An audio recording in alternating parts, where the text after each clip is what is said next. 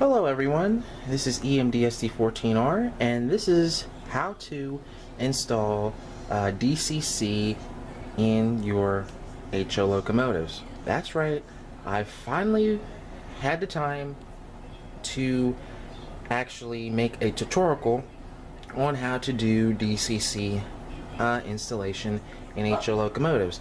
I know I said that I know I probably said that a couple years ago that I wanted to do one, but I never actually had to go, had the time to do it. So situation presented itself today where I had to buy a decoder, so I said, okay, had to buy a decoder, why not just go ahead and make a tutorial.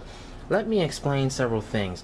A lot of the locomotives that are manufactured today are DCC ready. Now, what is DCC ready? Well, DCC ready means the locomotive has the components that enable you to quick and easily install a number of DCC decoders. Let me show you what I mean. This is a Proto 2000 SD9. This is my only Southern Pacific Black Widow in my collection. It's an older model, way older, but it is DCC ready. And what I'm referring to is, looking at the PC board here, you notice this dummy plug here. This is where you would plug your digital decoder. Now, basically, you want to know probably how do you make this a fully DCC locomotive? Well, you basically take this dummy plug out, which is an 8-pin plug, and then you just buy a decoder that has an 8-pin plug or an 8-pin adapter plug. Like at one end it's a 9-pin and at the other end it's an 8-pin, and then you just install it in your locomotive, and that's it, you're done. And all you have to do is just program it to its road number, and it's finished. Now, I must note, the locomotive will not run without the dummy plug, and it will not run without the decoder. The reason being is each completes the circuit for the locomotive to run. So if there's nothing there completing the circuit, nothing is going to run, and that includes the dummy plug as well. So just wanted to let you guys know that. Yeah, Athearn Ready to Roll makes DCC ready locomotives. Kato, Atlas, Bowser, Bachmann, of course, and a few other companies make DCC ready locomotives.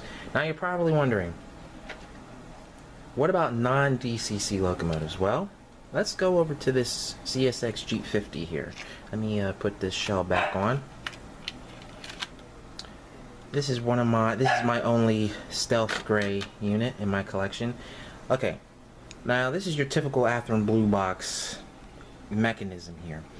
Basically, you have to do a number of things to make this a DCC compatible locomotive.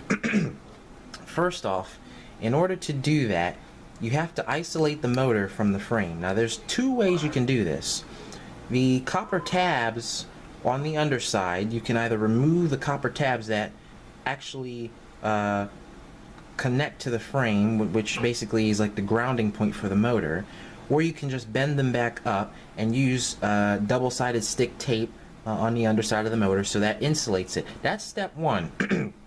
Step two, you have to connect your black and I think your black, gray, and red wires. I'm not too sure if that's the right order, but then you have to start connecting your wires. But once you get all that connected, you have to actually tap a hole in one of the frames so that the decoder is grounded to the frame. So I'm pretty sure your black and your gray are for your black and your gray are for your trucks. Yeah, I'm pretty sure about that. So you'd have to wire up your trucks with the black and the gray, and then you'd have to ground out the ground it out to the frame. Now you could either tap a hole in the frame at a predetermined spot inside here, or you could just use the original light bar light bar setup right here on this locomotive. That's just a little tidbit on that particular conversion. That's actually pretty extensive because you have to do soldering and drilling, and you have to, you know, trim it all up to make sure everything fits inside the shell. So yeah, that's a big complex thing right there. Now, if you wanted to get around that, there is a way to get around that.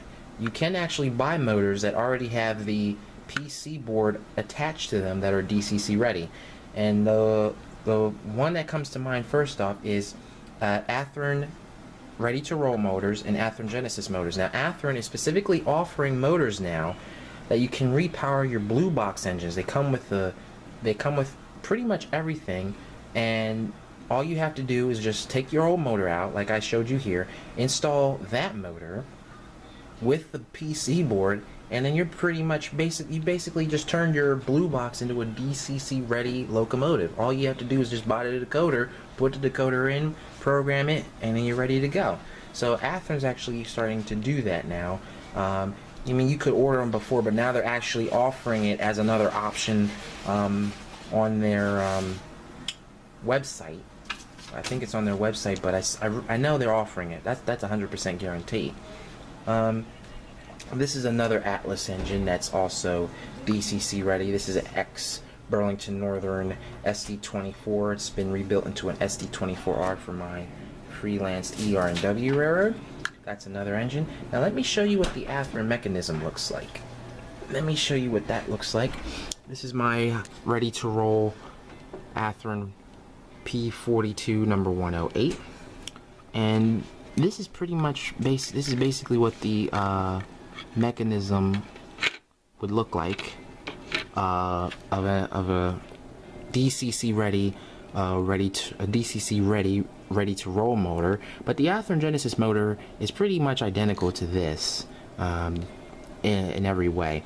Here are your points. So basically what I was telling you, where you had to wire your gray and black wires to the trucks, these are actually coming from the board directly. So yeah, and you can actually get the brass copper tabs that slide over the truck tower, the truck pickups here, rather than just soldering directly there. But if you look at this PC board, you notice that it has a 9-pin adapter harness, right? And then the 8-pin is right here. Now, now the dummy board was not in this locomotive when I bought it, unfortunately. That was a little bit of an error on the seller's part, but that's okay. No big deal. I tested it out using my CS7's dummy board in here, and it works flawlessly. But moving on from that, it already has your gray wires, all your wires here. I am sorry, the gray and black wires aren't for your track power. I am so sorry about that, so please disregard that last statement about the blue box, about the gray and the black wires being for your track power. I'm going to have that description pretty much corrected at the bottom of the screen anyway, so don't worry about that. So yeah, I'm going to reposition the camera, and basically I'm going to show you exactly how to install a DCC decoder in one of these locomotives. I went to Nicholas Smith today. I picked up a Digitrax DH123P decoder, and these are pretty much all the system functions for it. Digitrax is a pretty good company. Plug and play, you know. And I believe this one is a dual mode decoder. Now, what a dual mode decoder is, it's basically what its name says, dual mode. It enables you to run your engine on DC or DCC. Basically, the decoder is pre-programmed to sense when it's on a DC layout, and it's also programmed to sense when it's on a layout using DCC. Now, if you already have the decoder programmed with the engine number and you want to run it on DC layout, no worries. You can just take it off the DCC track, put it on DCC track, turn up your throttle, and off you go. You can then later on put it back on the DCC layout, and then, you know, turn the engine on, type in its individual number address, whatever its road number is, and then you're ready to go. That's the beauty of dual mode DCC locomotives. A lot of companies like Broadway Limited, Broadway Limited, Athearn Genesis, Kato, they're offering locomotives with dual mode sound decoders. For example, the Tsunami's offering a dual mode sound decoder. ESU has dual mode sound decoders. Digitrax has dual mode sound decoders. MRC has them too, but I don't recommend getting MRC. I don't recommend them. And QSI does it also. And a few other companies have dual mode decoders like Lens. Lens is a pretty good company. But I'm going to reposition my camera. I'm going to put it on its tripod, and I'm going to show you exactly how to do this. And oh, by the way, make sure you buy the right decoders for your engines, because they do, make sure you buy the right, pin for it, or make sure it has the right plug for it. So this one has the 9-pin plug, but this wiring harness here is an adapter plug, like I was saying. So the 9-pin section here is here, and then the 8-pin section is here. So that enables you to take a 9-pin decoder and plug it into an 8-pin DCC board that doesn't offer both options. So this has both options. You have the 8-pin and the 9-pin. This engine just has the 8-pin. So if I wanted to install this decoder in that engine, I would be using the adapter harness instead. But since I'm not putting it in that locomotive, since I'm just putting it in the Athearn ready to roll that already has the 9-pin adapter, I don't have to worry about that. So let me just reposition my camera for a sec, okay? Okay, everybody, I've repositioned myself. I'm now sitting down here, if you guys can probably see my hands. So now I'm going to be taking the DH123, and I'm going to be installing it in this engine. Now, a key thing to remember is when you're looking at the side of your harness here, make sure that your decoder matches up, because you don't want to try to force it if it's not going to go. So basically, look on the inside there, and I'm just going to go ahead and try to keep out of the way as I can.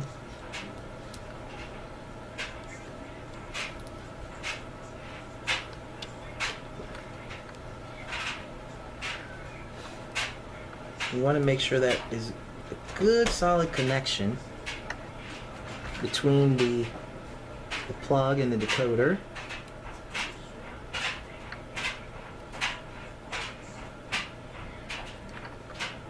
You don't want to be too rough, because then you'll damage the plug and then you'll really be in trouble. Okay, now that that's been solved, mini test. This is to see if the circuit's been completed, and let's see if the locomotive will run. I'm just going to hold the shell up so that when the locomotive starts moving, it doesn't drag the shell.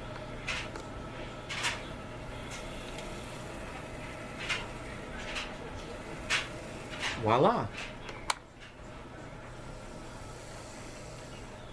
Let's go and zoom out of that, shall we? Let me see.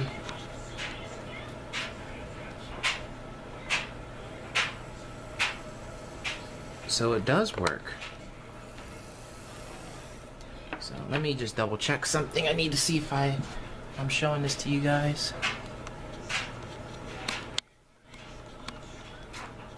Okay, I'm not sure if that was a clear view, so let me just see if I can show you guys again.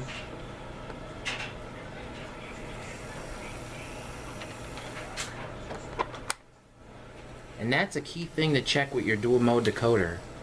So what I'm going to do now is I'm going to reinstall the body on the shell, and the decoder's not going to really affect the body at all. Make sure all your wires inside of the shell are nice and tucked away. You just place the engine back on the shell, or place the shell back on the chassis. I'm actually going to remove it for a second, y'all, because I want to do this properly for you. Now I've got the engine back on the track.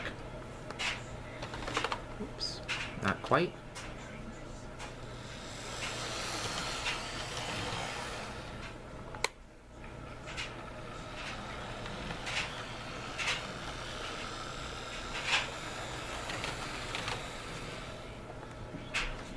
And it works.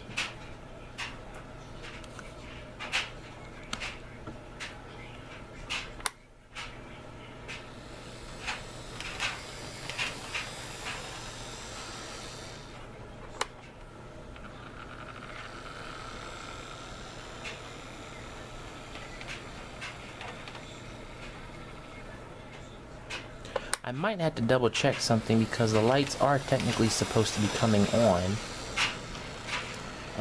Unless the bulbs are blown out already. But that's another key thing you want to check for.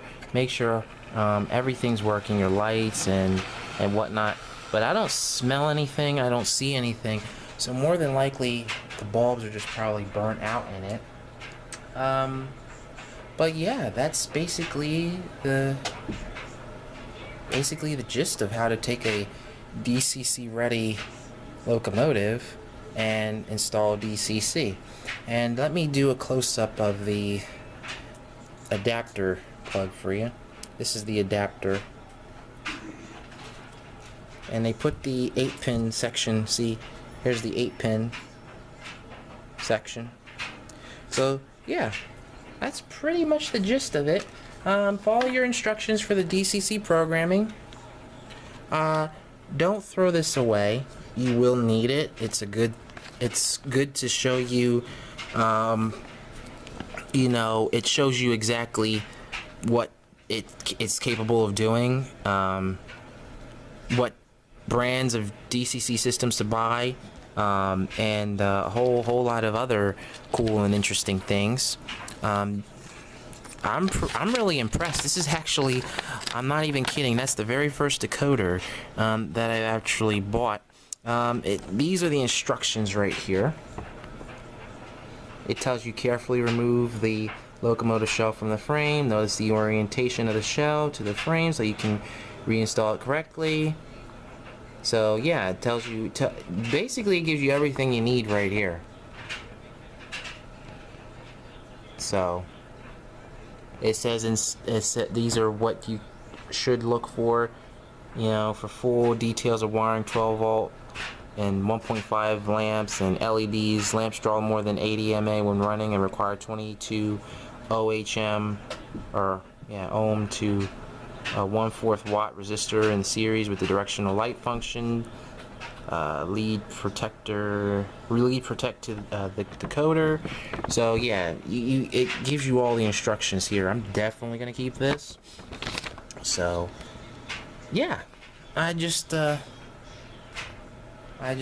thought you guys would enjoy me doing a little helpful how-to video on this.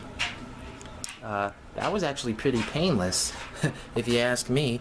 And then I recommend, if you really can install it yourself, I recommend you do it, because it's actually a lot better if you're able to install it yourself. I mean, don't get me wrong, if you're not sure on something, go and ask a professional, please. Better ask a professional than to go ahead and do something silly. But if you know you've done something right, the engine's gonna run. If there was any problems, I would have noticed them.